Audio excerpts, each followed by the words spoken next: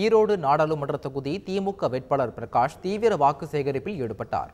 குறிப்பாக நாமக்கல் மாவட்டம் பள்ளிப்பாளையம் ஒன்றியத்திற்கு உட்பட்ட 5 பானை, தாஜ் நகர், பாப்பம்பாளையம், குக்கராயன்பேட்டை உள்ளிட்ட பல பகுதிகளில் அவர் வாக்கு சேகரித்தார். அப்போது நான் முதல்வன் திட்டத்தை பொதுமக்களிடையே எடுத்துக் கூறி விழிப்புணர்வை ஏற்படுத்தினார். மேலும் பெண்கள் அனைவரையும் மகாலட்சுமி என முதலமைச்சர் ஸ்டாலின் கூறியதை மேற்கோள் காட்டி அவர் பரப்புரை மேற்கொண்டார்.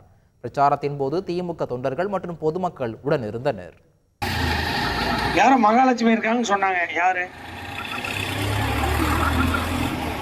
ஏங்க, நீங்க எல்லாருமே மகாலட்சுமி தானுங்க. பெண்கள் தான் மகாலட்சுமி. அதாவது 2 நாளைக்கு முன்னாடி ஸ்டாலின் ஐயா தான் கேட்டார். இப்படிதான் கேட்டார், பிரகாஷ் மகாலட்சுமி யாருன்னு கேட்டார். யாருக்கு? முதலமைச்சர்.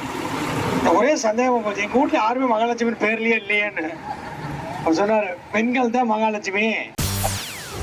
செய்திகளை உடனுக்குடன் தெரிந்து கொள்ள உடனே சப்ஸ்கிரைப் பண்ணுங்க.